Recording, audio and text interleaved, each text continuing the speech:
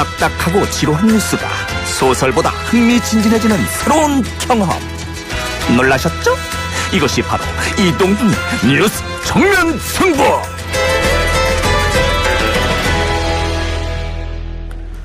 YTN 라디오 이동경 뉴스 정면 승부 2부 시작합니다. 신신 법정클럽 신윤진 변호사, 신장식 변호사 나왔습니다. 어서 오십시오. 네, 안녕하세요. 자, 기무사 문건에 대한 공개를 여러 차례 했던 군인권센터가 또 새로운 내용을 공개했습니다. 촛불 전국 당시 기무사가 계엄령을 준비하면서 19대 대선까지 계엄을 유지하려 했다. 이게 뭔 얘기입니까? 이 현 시국 관련 대비 계획이라는 문건인데요. 이 문건에 언제 기간이 표시가 되어 있지 않았었는데 이걸 추가했는데 그 탄핵 인용 시 2개월, 탄핵 기각 시 9개월이라는 글귀가 적혀 있었어요. 헌재에서 탄핵이 인용되면은 계엄 기간 2개월로 하고, 네. 만약에 기각되면 9개월로 한다. 네. 그게 딱 대선이 치러지는 탄핵이 인용될 경우에는 이제 우리 5월 9일 날 대선했잖아요. 그러니까 2개월 안에 대선해야 되기 때문에 그 2개월이 딱 이제 대선 선거 기간 끝나는 때까지인 거죠. 그다음에 탄핵이 기각될 경우에는 그해 연말에 12월에. 대선이 있어 12월 달에 대선이 있었기 때문에 대선까지 계엄한다. 그러니까 이게 장미 대선 아니라 군합발 대선 할 뻔했던 거예요, 우리. 기무사가 이런 시도를 했다. 네. 대한민국의 쿠데타 역사가 2번이나 있는데 세 번째 쿠데타를 하려고 했다. 이렇게밖에 보이지 않는데요? 그러니까 형식상으로 보자면 이제 대선 기간은 보장을 하는 거죠. 근데 계엄령 하에서 군합발 하에서 대선이 진행이 되는 것이기 때문에 어느 쪽으로 가든 간에 2개월이든 9개월이든 이거는 사실은 합법을 가장한 쿠데타 음모라고 볼 수도 있지 않을까. 그렇기 때문에 이 문건을 과연 누가 작성했느냐. 이렇게 어마어마한 내용이 담긴 문건을 이게 더 중요해졌어요. 아니 그러니까요. 이게 이 소위 BH 청와대와의 교감 없이 이런 문건 작성될 수 있었겠냐. 기무사 사령관 한 사람이 자기 목 걸고 목 딱 내놓고서 이거 할 수 있었겠냐라는 합리적 의심을 할 수밖에 없어요. 그렇습니다. 자, 이 와중에 계엄령 문건 수사 관련 윤석열 검찰총장에 대한 수사를 촉구한다. 국민청원이 올라왔었네요. 네. 그러니까 이 당시에 서울중앙지검장으로서 직인 찍혀 있었는데 윤석열 검찰총장은 나는 모른다. 그건 합동수사단이 했던 것이고 나는 몰랐다. 그러니까 불기소 처분서에 도장이 찍혀 있는 걸 가지고 어떻게 도장이 찍혀 있는데 모른다고 할 수가 있느냐. 이제 그런 거에 대해서 수사를 해야 된다라고 촉구하는 거죠. 예. 그러니까 몰랐던 모르지 않았던 사실은 자기 직인이 찍혀 있는데 이 부분에 대한 책임을 면할 수는 없습니다. 예. 아직 검찰은 수사를 재개한다 뭐 이런 이야기는 하지 않았죠? 네, 검찰이 여기에 대해서 아무런 수사를 개시를 하지 않고 있는 자체가 지금 문제가 있기 때문에 오히려 윤석열 검찰총장을 수사를 해야 된다라고까지 지금 촉구하고 있는 거죠. 그러니까 이게 계속 이제 조현천으로 돌아가서 참고인 중지돼서 조현천이 없어서 못한다. 계속 이렇게 얘기를 하는데 지난번에도 한번 이 자리에서도 말씀드렸습니다마는 조현천이라는 쟁가 조각 하나 뺀다고 해서 이거 무너지지 않습니다. 앞뒤로 다 조사하면 다 나와. 그러니까 빨리 조사들 시작하셔야 될 것 같아요. 이 정도까지 나왔는데 조사 안 하면 어느 국민이 납득할 수 있겠습니까? 예. 다른 얘기 해보겠습니다. 지난 4월 발생의 살림을 잿더미로 만든 고성 속초 산불 원인이 밝혀졌다고요? 네, 사실상 근데 이게 4월 18일 날 국가수에서 고압선 개폐기 연결하는 리드선이 끊어진 거다라고 이제 발표를 했고 감정 결과를 발표했고 그거를 경찰에서 발표를 했어요. 그래서 관련자들에 대한 책임을 조사를 해보겠다, 수사를 해보겠다. 그래서 4월하고 8월에 압수수색을 두 차례 걸쳐서 했고 쭉 압수수색한 결과 굉장히 오랫동안 수사를 했는데 특별한 건 없었고 업무상 과실 이런 실화 이런 부분에 대해서 이제 불구속으로 기소 의견으로 검찰에 송치한 거죠. 예. 어쨌든 고압 전선이 가장 큰 문제였다 이렇게 보고 있는데. 네네. 근데 이 고압 전선이 노후화된 거를 부실 시공하고 부실 관리를 했다. 이런 점에 대해서 책임 소재는 밝혀낸 거죠. 예. 네. 그럼 어쨌든 이거는 자연적으로 발생했다기보다는 인재였다. 그렇죠. 사상 최대 산불은 인재였다. 이렇게. 안타깝네요. 사실 이 스파크가 나는 그 영상이 아주 생생하지 않습니까? 갑자기 전봇대에서 갑자기 불꽃이 팍 튀기면서 불똥이 떨어졌고 발화가 시작되잖아요. 그 영상이 CCTV 영상이 굉장히 여러 차례 방송이 됐기 때문에 야, 저 문제가 있다라고 다 온 국민들이 아는 사실에 대해서 뭐 발표한 게 수사 결과 발표한 게 별로 없다. 예. 사실 법률상 이게 한번 따져봐야 될 부분들, 의견이 엇갈리는 부분들이 있어요. 이 성수대교 무너졌을 때 업무상 과실이 있었다라고 해서 구속 수사하고 많은 형사 책임을 묻게 했는데 이게 오랜 기간에 걸쳐서 단계적으로 이루어진 이 부실에 대해서도 업무상 과실을 인정할 거냐를 가지고 법리적으로 많은 논란이 있었습니다만 이미 확정된 또 판결, 성수대교 판결이 있거든요. 그렇다라고 한다면 조금 더 검찰에서 다툼의 여지가 있다라고만 볼 게 이전에 뭐 다툼의 여지가 있는 건 있는 거대로 하지만 성수대교에 무너졌을 때 그 당시에 공사를 부실하게 시공했던 사람들을 형사적 처벌을 했던 전례들을 봤을 때는 조금 더 강하게 강하게 처분을 할 수 있지 않았는가. 근데 이재민들이 분노하고 있고 항의하고 있는 거죠. 예. 한전은 어때요? 어떤 입장이에요? 한전에서는 지금 선지급 보상금으로 해서 123억 정도를 지금 지급을 했고요. 예. 그리고 지난 8월 달에 이게 과실이 어느 정도 되냐, 이제 과실 비율, 자기들이 얼마나 책임져야 되냐라는 것을 가지고 이재민들하고 같이 실사 협약을 맺어가지고 지난 11월 11일 날 마무리를 했어요. 근데 예. 이제 결과가 아직까지 충분히 나와 있지 않아서 이재민들이 거기서 피해를 입은 분들이 한전에서 저희들 책임은 몇 %입니다라고 하는 실사 결과가 나왔을 때 이걸 받아들일지는 사실 좀 지켜봐야 될 것 같습니다. 사실 그렇죠. 이재민들이 받아들이긴 쉽지 않을 것 같긴 해요. 삶의 터전 자체를 다 잃었는데 이 보상액에 대해서 삶을 다시 줄 수 없는 거잖아요. 돈이 예. 이렇게 지급된다고 하더라도. 그렇기 때문에 굉장히 많이 상실감이 클 것 같아요.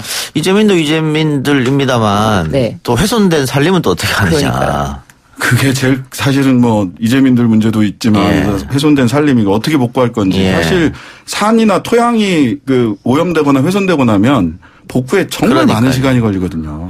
그래서 이 당시 국민 성금이 500억이 넘게 모였거든요. 예. 그래서 이거에 대해서도 뭐 이제 추가 경정 예산도 하고 편성하고 예. 했는데 어떻게 잘 해결이 될지 아직까지는 뭐 확실하게 답이 나온 게 없으니까 이재민들이 좀 많이 이런 측면에서 항의를 하고 있는 상황인 거죠. 예. 그게 몇십 년, 몇백 년에 걸쳐서 갖고 온 것인데. 그러니까요. 인재로 이렇게 됐다고 하니까 안타깝네요. 다른 데는 또 이런 곳이 없는지 잘 살펴봐야 될 것 같습니다. 예. 네, 알겠습니다. 그렇죠. 소 잃고 그렇겠네요. 예. 네. 소 잃고 외양간을 고치기라도 해야죠. 소는 잃었지만. 그렇죠. 이건 진짜 큰 문제인데 이거를 정말 뭐 계기로 한다고 하면 좀 그렇지만 어쨌든 이렇게 부실 시공이라든지 부실 관리라든지 이럴 때 좀 엄중하게 예. 처벌을 해서 좀 경종으로 밀 필요가 있지 않나 싶어요. 우리 뭐 초등학교 때 배웠습니다마는 대한민국은 산지가 70%다 뭐 그렇게 배웠잖아요. 네. 그러니까 성수대교가 무너지고 그다음에 또 백화점 이름이 갑자기 삼풍백화점. 생각이 안 나네. 네, 삼풍백화점. 예, 삼풍백화점 이런 일들이 정말 후진국형 그렇죠. 사고였잖아요. 예. 근데 사실 법리상 다툼은 있었지만 그때 그래도 굉장히 강하게 처벌을 함으로 인해서 이런 부분들은 사실 많은 부분 개선이 된 것도 사실이거든요. 네. 그러면 이제 이런 사건 한전이 공기업으로서 가져야 될 책임 이런 부분들도 좀 엄하게 묻고 가야 되는 거 아닌가. 그래야 다시 이런 일 벌어지지 않는다. 맞아요. 알겠습니다. 조선일보가 고 장자연 사건 수사 관련 허위 보도를 했다면서 MBC와 PD수첩 제작진 등을 상대로 낸 소송 결과가 나왔다면서요. 네. 그 서울 서부지법에서 조선일보가 제기한 정정보도 및 손해배상 청구 사건에서 원고 패소 판결을 내렸습니다. 그래서 뭐 정정보도 할 것도 없고 그리고 손해배상 할 것도 없다라고 판결을 내렸죠. 할 것도 없다. 이게 네.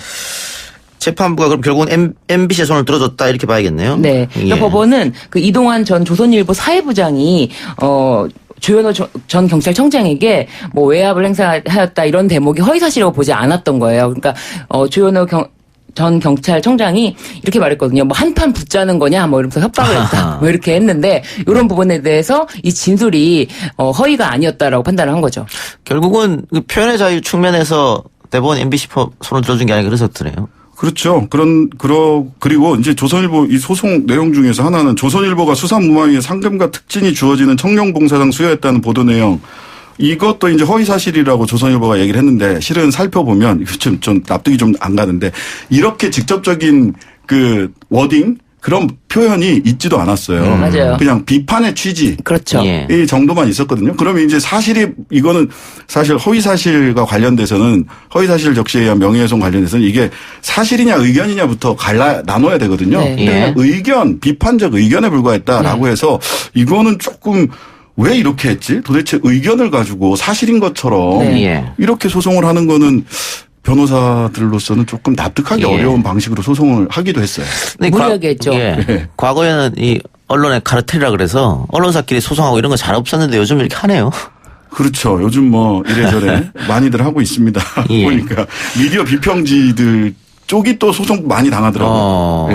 그렇군요. 미디어 비평하는. 예. 예. 알겠습니다.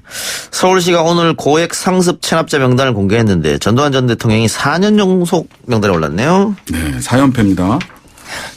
네. 4년 연속이나 뭐 2010년 뭐 지방소득세 등 총 7건을 체납했다고 하는데요. 지금 치매를 앓고 있다고 하더니만 골프장에서 아주 스윙을 날리는 모습을 보여주고 또 이번에는 또 뭐 고액 연속 체납자로 명단 발표해. 예. 근데 이 명단을 보면 네. 전두환 전 대통령이 9억 1,600만 원이고요. 1위가 오문철 전 보혜저축은행 대표 138억입니다. 세금을 안 내는 것이. 그리고 한솔그룹 부회장이죠. 조동만 씨 83억. 네. SSCP 대표 오정현 씨 103억. 이게 과연 어떻게 우리가 이렇게 받아들여야 할지 모르겠네요. 네, 이제 지방세 체납뿐만 아니라 사실은 국세 체납자들도 많이 있는데 예. 그 전두환 씨 같은 경우는 국세도 31억 가까이 체납해 놓고 있거든요. 그러니까 이거는 이제 지방세만 9억이고 예. 국세까지 포함하면 거의 40억 정도를 체납을 하고 있는 거죠. 그래 놓고는 네가 내주라 뭐 이런 얘기 골프장에서 딱 잡히니까 예. 이런 얘기를 했죠. 예. 네. 그리고 개인으로서 가장 많은 세금을 체납한 사람도 있네요. 이건 누굽니까? 개인으로 제일 많이 체납한 사람 홍영철 씨네요. 홍영철 예. 씨가 44억 2,600만 원. 네, 홍 씨 같은 경우 인터넷 도박 사이트 운영했던 도박장 개설죄 를 저지른 분이고 지금 현재 해외 도피 중이십니다. 예. 지방세 체납 전체 금액만 봐도 4,700억이 넘는 돈인데 이거 일반 봉급쟁이들은 체납할 수도 없는 거 아니에요? 딱딱 골고에서 다 떼가고 뭐. 유리지갑들은 뭐 체납할 방도가 없죠. 방법이. 그 이거 환수를 어떻게 하냐 그게 문제일 것 같아요. 왜냐하면 전두환 전 대통령도 그렇고 조동만 전 부회장도 그렇고 이거 어제 오늘 명단에 올라간 게 아니거든요. 그렇죠. 그럼 계속 이렇게 돈 없어요 못 내요 하면 그만인가. 근데 이분들이 그 29만 원 있다고 전두환 씨 얘기하지만 골프 치러 다니고 뭐 다 누릴 거 다 누리고 있지 않습니까? 결국은 숨겨둔 재산이 있을 거다라는 추측을 할 수밖에 없고 지금 뭐 세무당국에서는 금융실명제법을 이용해서 철저히 금융자산을 찾아내겠다 이런 얘기도 하고 있고요. 또 연희동 자택 경매 의뢰했으니까 이거 연희동 자택을 경매를 해서 거기서라도 일부라도 세금을 체납한 세금을 받아내겠다 이런 계획 가지고 있는데요.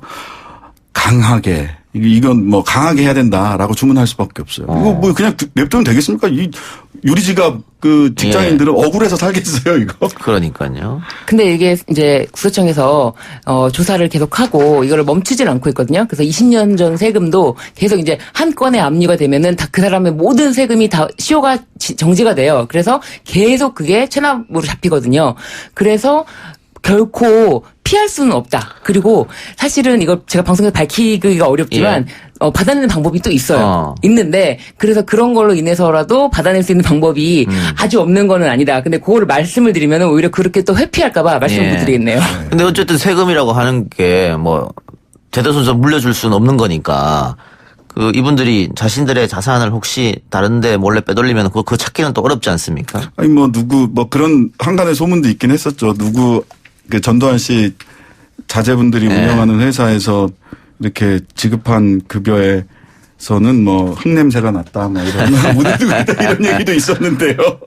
그러니까 이거는 더군다나 전두환 씨 같은 경우는 세금만 체납하고 있는 게 아니라 뭐 치매고 돈 없고 뭐 힘들다 이러면서 재판에도 참석을 안 하고 있어서 여러모로 세금 문제 그다음에 국민의 의무로서의 재판 출석해서 자기 죄를 달게 받고 이런 부분까지 다 걸려 있어서 뭐 반드시 서울시에서도 그렇고 그리고 국세청에서도 그렇고 반드시 좀 받아내야 된다. 네. 지금 서울시가 저희가 이야기한 명단에 있는 사람들에게 사전 통보를 하고 6개월간 세금 납부와 소명 기회를 줬더니 228명이 36억 원만 납부했더라. 네.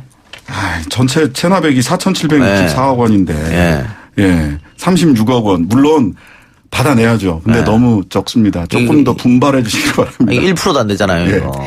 그런데 또 굉장히 고무적인 숫자가 있는 게 작년에 비해서 그 세금 탈세를 신고해서 포상금을 받아간 사람이 굉장히 많아요. 그만큼 더 탈세를 신고한 사람들도 많이 늘고 있다. 네. 그래서 그것으로 인해서 이제 거둔 세금도 만만치 않게 늘고 있더라고요. 예. 출국 금지도 가능한 거죠. 세금 이렇게 안 내면. 예, 출국 금지 가능합니다. 신용정보에서 금융실명법 등 이용해서 신용정보 조회하고요. 출국 금지하고 그다음에 검찰에 강제집행 면탈. 강제집행 면탈을 여기서도 쓸 수 있네요. 강제집행 면탈과 관련해서 검찰에서 수사를 해서 형사 처벌을 할 수도 있죠. 그다음에 사업하는 분들 같은 경우는 관화사업 같은 경우 수주할 수 없도록 하는 방법 등의 다양한 방법들을 사용할 수 있고요. 국세청에서는 우리 신유진 변호사님한테 제대로 한번 컨설팅을 받으셔서 제대로 좀 걷었으면 좋겠습니다. 근데 검찰 고발할 수 있다고 하는데 검찰에 고발해서 현실적으로 어떻게 이 사람들 처벌할 수 있겠느냐. 물리적 처벌은 불가능할 테고 결국은 돈을 환수하는 거잖아요. 네. 돈을 환수하는 건데 이분들은 다 지금 자기들은 돈이 없다라고 그렇게 나오고 있겠으니까. 그래서 잘 찾아야 되는 겁니다. 정말로. 이게 인력도 부족하죠. 그런 인력도 좀 보완을 해야죠. 이전에 TV 드라마로 한번 체납 세금 징수하는 이런 이야기들이 나오긴 했는데요. 훨씬 더 이 권한도 조금 더 많이 주고, 인력도 좀 늘리고 할 필요는 있어 보입니다. 예. 이게 개인 말고 법인이 또 체납한 사람을 보면 이희진 씨. 그렇죠. 지금 구속돼 있죠? 네. 청담동 주식부자. 네. 네. 이 사람이네요. 운영했던 GA 인베스트먼트. 그 법인이 네. 가장 체납액이 높죠. 예. 네. 33억 원 정도의 세금을 내지 않았다. 법인이 이렇게 세금을 내지 안 낸다는 것은 금방 추징할 수 있는 거 아닙니까? 법인은 자산이 얼마 있다는 거 금방 알 수 있잖아요. 알 수 있죠. 근데 이제 청산 절차에 들어가 있다거나 하면 법인에는 오히려 법인이 세금 떼먹기 더 좋아요. 그쵸. 쉬워요. 네. 청산 들어가서 그냥 법인을 그냥 파토 하고 법인을 청산하고 끝내면 되니까.